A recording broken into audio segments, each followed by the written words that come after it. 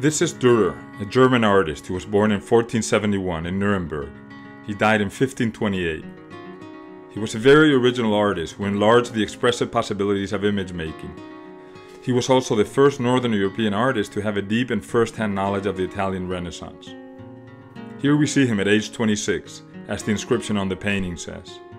He was a young but already successful artist. Dürer had a very high opinion of himself and portrayed himself often. Here we see him not as an artist but fashionably outfitted with expensive clothes. Even though artists and artworks were highly appreciated by princes, there was a strong prejudice against them in many circles, especially among the aristocracy. Dürer fought hard against this. This portrait, where he shows himself not as a painter but as a gentleman, is an example. The fame that he attained would be used by later painters in their own struggle for recognition. Dürer traveled twice to Italy, in 1494-95 and in 1505-1507. He learned about the art of Mantegna, Leonardo, Michelangelo and Raphael, among others, and back in Germany he sent a portrait to Raphael. He also traveled extensively in Germany and the Netherlands, leaving written record of his taste for the art of Van Eyck and Patnier, among others. And he described objects from Aztec Mexico that he saw in Brussels. This is a reminder of the link that exists between the curiosity and confidence of the Renaissance mentality and the exploration and conquest of foreign lands by Europeans.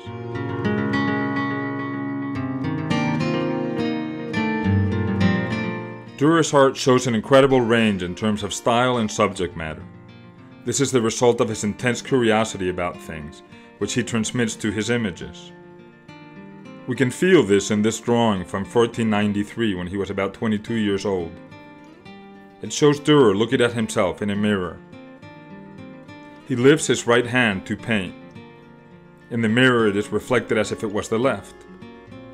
The fingers are in a position to hold a pen which is not drawn. The pillow is one of several he sketched. 6 more are drawn on the back of this same sheet of paper. He seems to have punched them to observe and learn how to paint the play of light on the different forms. This is a simple but marvelous work of art. The artist makes us feel the experience of attentive looking. Look also at the very rich variety of the drawn lines, and how he drew the silhouette of the thumb, for example, of how the lines cross in some areas, creating shade. Dürer understood that drawn lines were expressive in themselves, and not only because of what they represented. This is one of the keys to his art. Dürer wrote text on ideal beauty and on harmony and proportion.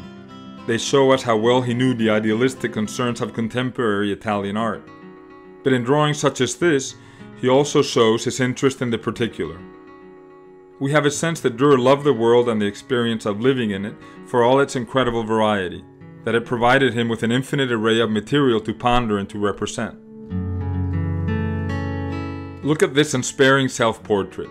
It's from around 1500 or 1505. Again, we see him looking at himself in a mirror. Think of a man writing and thinking about the ideals of harmony and proportion, and then also doing this. There's something very personal here, a level of self-exposure rarely seen then. In fact, no artist had ever represented himself naked at this point in time. Dürer is extremely original. He offers us a very unusual look at things. There's a very deep individuality in this artist. This is enriching, and it also gives us freedom. It tells us that we all have a personal view to offer. Compare this to what we saw in Raphael. He was trying to reduce reality to an ideal. Dürer magnifies it so that it can include all individual accidents. Where does Dürer's originality come from? It's always interesting to ask this question. Of course, his own personality is probably paramount, as is his formation as a goldsmith with his father. The artistic tradition that he was exposed to during his youth is also a factor. Several generations of early Netherlandish artists had carefully sought that which was singular in objects and textures, in persons and landscapes, and had thought about how to best represent it. By the time of Dürer's birth, this tradition had spread to Germany. Dürer is heir to it. As great as his many drawings and paintings are, It was Dürer's prints that gave him fame and economic wealth and independence. He revolutionized the art of printmaking. He turned what had been a mere vehicle for the transmission of images into an art form. Dürer catered to the needs of artists, who very often used prints as a source of inspiration in their own works. And he was the first printmaker whose prints were purchased by elite art collectors, not only for the information they provided, but because of their artistic worth. The most important collector of his prints was the son of Christopher Columbus, a man named Hernando Colón, who probably met the artist. Dürer made two types of prints, woodcuts and engravings. This that we see here on the screen is a woodcut. It shows the Old Testament hero Samson slaying the lion, a story that was appreciated because it set an example of courage and strength. In woodcuts, the artist draws the image on the surface of a woodblock. The background is then cut away with a chisel. The raised parts of the block are inked. When the block is pressed onto a paper, the image is printed in reverse. Dürer may have hired specialists to cut his designs onto the woodblock. This was common practice in Nuremberg shops. Or he may have done that work himself, we don't know.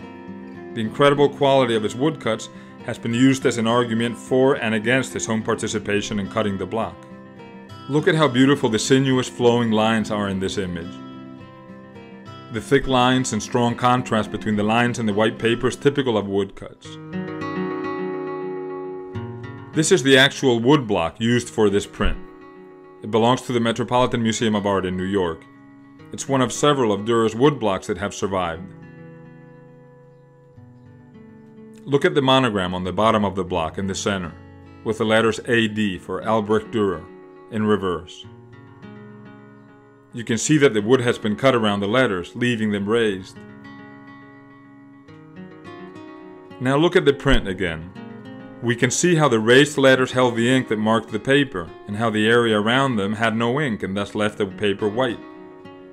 Dürer was so famous that his monogram was often used illicitly. He once sued a very famous Italian printmaker for reproducing his images without permission.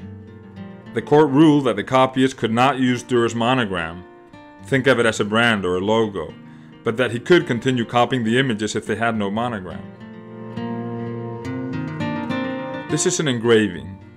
It shows Saint Jerome, a Christian saint, who in the 4th century wrote a Latin version of the Bible, translated from Greek and Hebrew. We saw him earlier in a painting by Patnier. Again, he's accompanied by the lion. Engraving is the technique that we saw when we studied Peter Bruegel the Elder. The lines shown in the print have been cut with exceptional subtlety into a copper plate. Dürer had an incredible skill at conveying a variety of tones and surface textures in his engravings. Look at the way in which, with only black and white, he captures the texture of the wood on the ceiling, or the variety of effects created by the light that enters through the window. Look also at the fur of the lion and the dog. Dürer's monogram lies on the floor, inside a frame. It seems to imply that he has been there, that he has left this in the room. This engraving became very famous and was praised by Giorgio Vasari among many others. It would influence Vermeer and other painters of interior scenes in the 17th century.